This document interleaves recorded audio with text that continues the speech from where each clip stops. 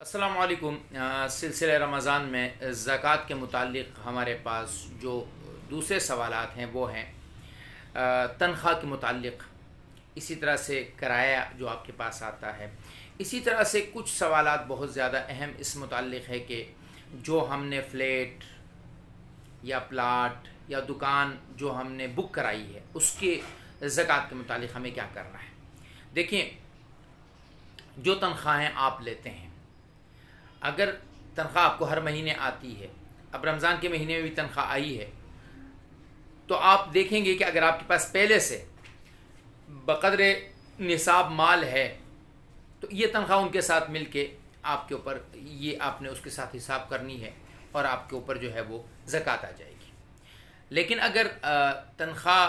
کے علاوہ آپ کے پاس کچھ بھی نہیں ہے، صرف یہ تنخواہ اور یہ تنخواہ بھی اگلے مہینے آپ نے استعمال کرنی ہے، تو پھر اس تنخواہ پر آپ کو زکوٰۃ نہیں دینی ہے۔ تنخواہ کے ساتھ تین چیزیں اور ہیں۔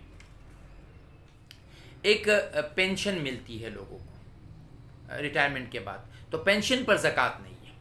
اسی طرح سے پی ایف ملتا ہے لوگوں کو پروویڈنٹ فنڈ کے نام سے، اس پر بھی زکوٰۃ ابھی نہیں ہے، ملنے کے بعد پھر آپ اگلے سال میں اس کی زکوٰۃ ادا کریں گے۔ اسی طرح سے گریجویٹی جو ہے وہ کچھ ملتی ہے بعض کمپنیوں میں، اس پر بھی فی الحال آپ کو زکوٰۃ نہیں دینی ہے، وہ اگلے سالوں میں آپ اس کی زکوٰۃ ادا کریں گے۔ اگلی چیز یہ ہے کہ جو آپ نے پلاٹ یا فلیٹ یا دکان آپ نے بک کرائے ہیں، تو جو کچھ آپ نے بطور ایڈوانس کے دیا ہے یا بطور قسطوں کے آپ نے دیا ہے، اس کی زکوٰۃ آپ نے نہیں دینی ہے۔ یہ بات واضح ہے کہ اس کی زکوٰۃ آپ نے نہیں دینی۔ لیکن اب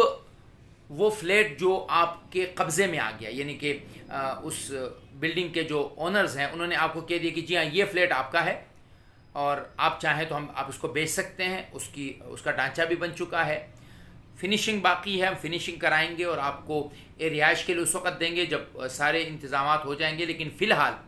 آپ اس کے مالک ہیں، آپ اس کو بیچ سکتے ہیں۔ اب اگر یہ فلیٹ آپ نے اپنی استعمال کے لیے لیا ہے تو اس پر زکوٰۃ نہیں ہے، لیکن اگر یہ فلیٹ آپ نے فروخت کرنے کی نیت سے لیا ہوا ہے اور مالک جو اونر ہے اس نے آپ کو کہہ دیا کہ جی ہاں یہ فلیٹ ہے آپ کا، فنش کرنے کے بعد ہم آپ کو دیں گے، لیکن فی الحال آپ چاہیں تو اس کو بیچ سکتے ہیں، تو دیکھیں اس پر آپ کو زکوٰۃ دینی پڑے گی۔ اس میں ایک اور بات یہاں میں وضاحت کرتا چلوں کہ جو فلیٹ آپ نے بک کرایا، مثلا آپ نے 5ویں مرلے پر اپنا فلیٹ بک کروایا ہے، ابھی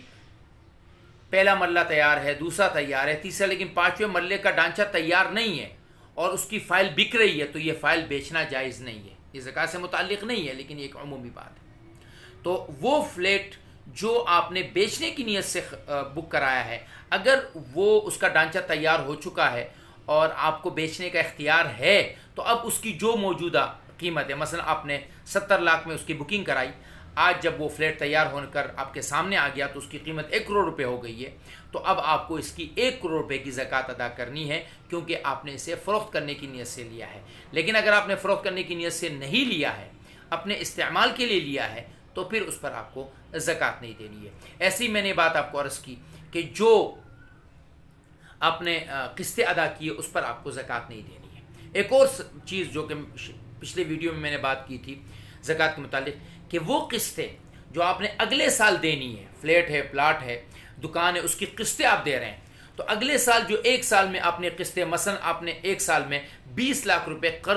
قسطوں کی شکل میں دینی ہے، وہ رقم جو ہے وہ آج آپ اس کو پہلے نکالیں گے، پھر بقیہ کی آپ نے زکوٰۃ نکالنی ہے۔ یعنی اگلے سال کی جو 1 سال کی قسطیں، 5 سالوں کی نہیں، اگلے 1 سال کی جو قسطیں ہیں وہ آج آپ اپنی رقم سے نکالیں گے کہ یہ آپ کے ذمے واجب الادا ہے، لہٰذا اس کی زکوٰۃ آپ نے نہیں دینی ہے۔ اللہ ہمیں صحیح سمجھ کر صحیح مال کی صحیح زکوٰۃ ادا کرنے کی توفیق عطا فرمائے۔ والسلام۔